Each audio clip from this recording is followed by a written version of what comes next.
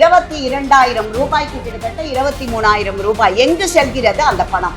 இந்த அமௌண்ட் மாதம் எங்கு செல்கிறது? யாரோட அக்கௌண்ட்டுக்கு போகுது? இதில் யார் யார் சம்பந்தப்பட்டவர்கள்? மாசம் 23,000 × 450. நாங்க சில ப்ராஜெக்ட்ஸ் எல்லாம் கேட்கச்சே எங்களுக்கு பணம் இல்ல ஃபைனான்ஸ் இல்லைன்றாங்க. மாமன்ற கூட்டத்துல ஃபேஸ் பண்றதுக்கு எனக்கு ஆப்பர்ச்சுனிட்டி இல்ல. கொஸ்டின் அவரும் கொடுக்கல, 0 அவரும் கொடுக்கல. எனக்கு இன்றைய மாமன்ற கூட்டம் போன மாசம் இல்ல, எஸ்ஐஆர் இருந்தது, ரொம்ப விகரஸான்றதுனால டைம் இல்லைன்னு சொல்லிட்டு போன மாதம் பதிலாக இந்த மாதம் தான், போன மாதம் மிஸ் பண்ணியிருக்கோம்.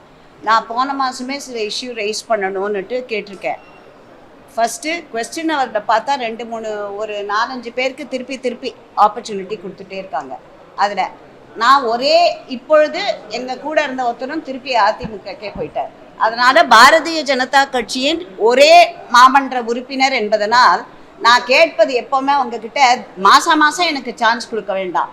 அட்லீஸ்ட் வருஷத்துல 12 முறை கூடும் கூட்டத்தில் அட்லீஸ்ட் ஒரு 7 to 8 முறை எனக்கு வாய்ப்பு தர வேண்டும் என்பது என் கோரிக்கை. அது மாமன்ற கூட்டத்திலே வச்சிருக்கேன்.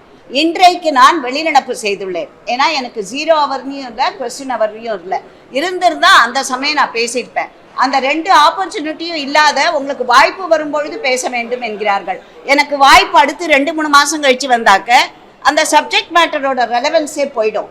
நான் ரேஸ் பண்ண பாயிண்ட் ஃபர்ஸ்ட், இந்த முறை அம்பத்தூர் ஜோன் 7 அங்கே 1450 NUML ஸ்டாஃப் இருக்காங்க. அதில் NUML ஸ்டாஃப்க்கு பர் டே அபவுட் 723 அந்த மாதிரி சேலரி அவங்களுக்கு. அதில் அவங்க ரோலில் பார்த்தா 1000 பேர் தான் இருக்காங்க. மீதி 400 பேர் போகஸ் மஸ்டர் ரோல்னு நீங்கள் கேள்விப்பட்டிருப்பீங்க முன்னாடி, மஸ்டர் ரோல் ஸ்கேண்டல்.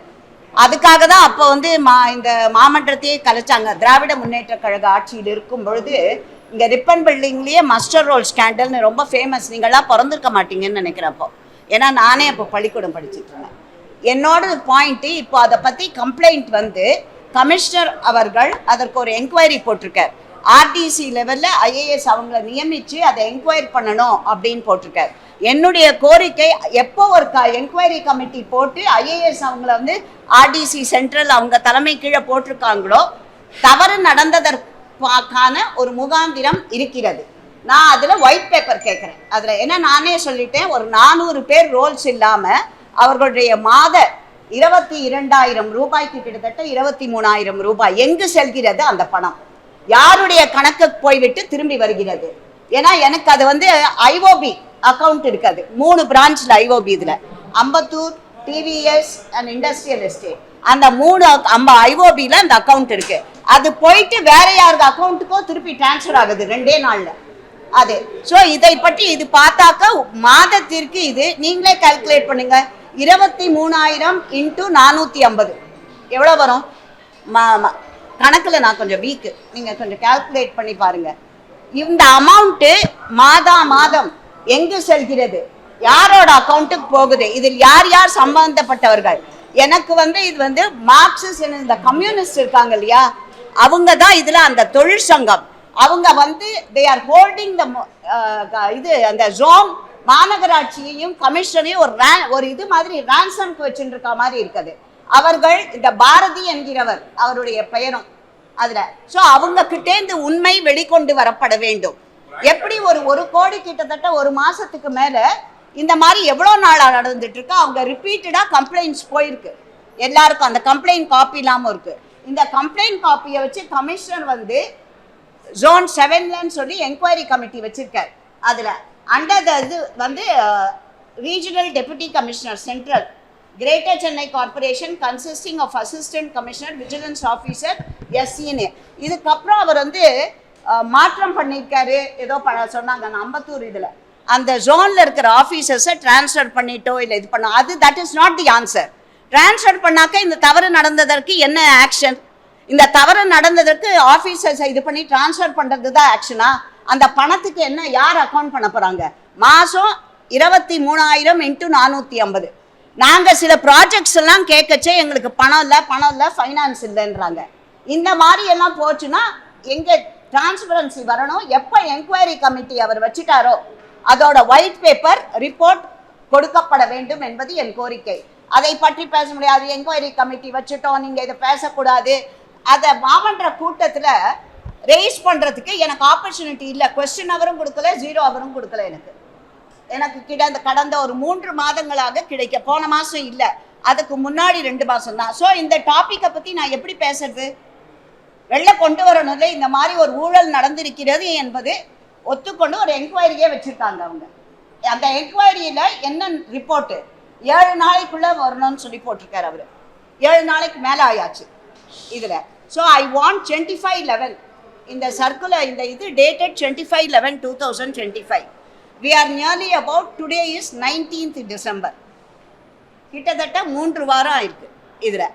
இதற்கு நான் பதிலை கேட்டிருக்கிறேன். ஒயிட் பேப்பர் கொடுங்க, உண்மையை வெளிக்கொண்டு வரப்பட வேண்டும். இந்த ஸ்கேண்டல், அந்த பணம் எங்கே போச்சு, அது ஹூ இஸ் ரெஸ்பான்சிபிள்? சும்மா பலிக்கடாவாக அதிகாரிகளை ஆக்குவதில் எனக்கு நிச்சயமாக அதில் வேற யாரோலாம் இன்வால்வ்டு, அது வெளிக்கொண்டு வரப்பட வேண்டும். நான் ஃப்ராங்காக ஆனஸ்டாக வேற இந்த மார்க்சிஸ்ட் லெனினிஸ்ட் குரூப் எல்லாம் இருக்காங்க அவங்க. ஸோ அவங்க அந்த தொழிற்சங்கங்கள் அவர்களை சார்ந்தவர்களை பற்றி விசாரித்து உண்மை வெளிக்கொண்டு வரப்பட வேண்டும் என்பதுதான் என் கோரிக்கை.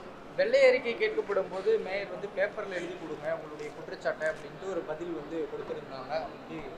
நான் கொடுக்க போகிறேன், பேப்பரில் கொடுக்க போகிறேன். பட் இது வந்து வெளில பேசணும் இல்லையா? அங்கே மாமன்ற கூட்டத்தில் பேச வேண்டிய விஷயம் தானே இது. நிறைய பேருக்கு தெரியவே இல்லையே. நான் என்னுடைய கோரிக்கையை அவர்களுக்கு, கமிஷனர் அவர்களுக்கு கொடுக்க போகிறேன். ஆக்சுவலி இது ஏற்கனவே கொடுத்து தான், வேற யாரோ ஒருத்தர் கொடுத்து தான் இந்த என்கொயரி கமிட்டியே வச்சுருக்காங்க. ஸோ எழுத்துப்பூர்வமாக கொடுக்கப்பட்டுள்ளது. ஸோ அடுத்து நானும் கொடுக்க போகிறேன் இப்போ. ஏன்னா அது ரிப்போர்ட் வரும் 7 நாள் 8 நாள் நினச்சிட்டு இருந்தோம் நாங்கள். 10 நாள் எஸ்ஐஆர் பிஸியாக இருந்தாங்க எல்லாரும், டைம் இல்லை. ஒத்துக்கொள்ளப்பட வேண்டிய விஷயங்கள் 1 மாதம் ஆக போகுது அதில். ஸோ எழுதி கொடுக்கப்பட்டுள்ளது. என்னால் இல்லைனாலும் வேற யாரோ எழுதி கொடுத்துருக்காங்க. அந்த இவங்க கொடுத்ததெல்லாம் யார் யாருக்கெல்லாம் கம்ப்ளைண்ட் போயிருக்கு இதை பற்றி லெட்டர்ஸ்னு எங்கிட்ட லிஸ்ட் இருக்கு. இதில் ஊதிய பிரச்சனையை பற்றி பேசிட்டு இருக்கும்போது 7வது ஜோனில் போராட்டத்தில் ஈடுபட்டிருக்கக்கூடிய தூய்மை பணியாளர்கள் நாங்கள் பணியில் ஈடுபடலை அப்படின்ற ஒரு தகவல் வந்து சொல்லியிருந்தாங்க. அப்போது இந்த சம்பளம் யாருக்கு போகப்பட்டது? அதான் நானும் கேட்குறேன்ப்பா, உங்களை மாதிரியே தான் நானும் கேட்குறேன்.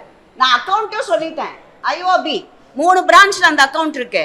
அதுக்கு டிரான்ஸ்ஃபர் ஆகிட்டு 2 நாள் 3 நாளில் வேற யாருக்கோ போகுது அது அந்த அக்கௌண்ட். அது எங்கே, யாரோட அக்கௌண்ட்டுக்கு போகுது? அப்போ அந்த 400 பேர் லிஸ்ட்டில் இருக்காங்க இல்லையா, அவங்க லிஸ்ட்டை கொடுக்க சொல்லுங்க. 450 பேர், 1000 பேர் தான் பேரோல்ல இருக்காங்க.